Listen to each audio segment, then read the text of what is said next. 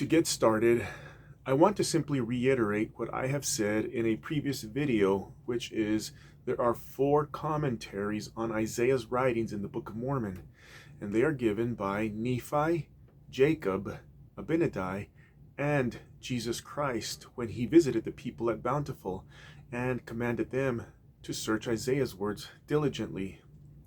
The book of Isaiah is extremely profound in breadth and depth, and few scholars have done justice to bring to light what Isaiah was conveying to us.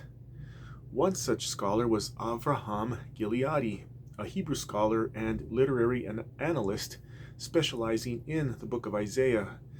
Avraham emigrated to Israel, where he learned Hebrew, attended rabbinical school, and studied Jewish analytical methods. His studies in Israel also took him to an Orthodox religious kibbutz, at which time he was formally received into the Jewish faith and became an Israeli citizen.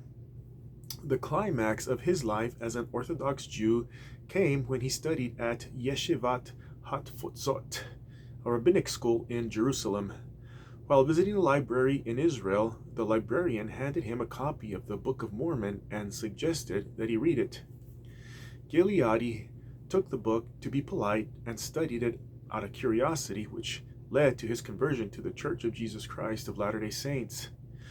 Without going into further details about his life and PhD in ancient studies under Hugh Nibley, I'll just note that being fluent in Hebrew, he worked with the Hebrew Masoretic text, the Dead Sea Scroll of Isaiah, and the Septuagint version to provide a translation of the book of Isaiah intelligible in English that remains true to Hebrew. He used lexical tools constantly in order to catch every nuance of meaning in the original language, finishing his translation of Isaiah during his PhD program. I will be drawing from quite a bit of his work in my own Book of Mormon commentaries where Isaiah is concerned, but I highly encourage you to visit his website at isaiahexplained.com if you want to become a serious student of the book of Isaiah. It takes a solid 2 years of diligent study just to begin understanding the writings of Isaiah.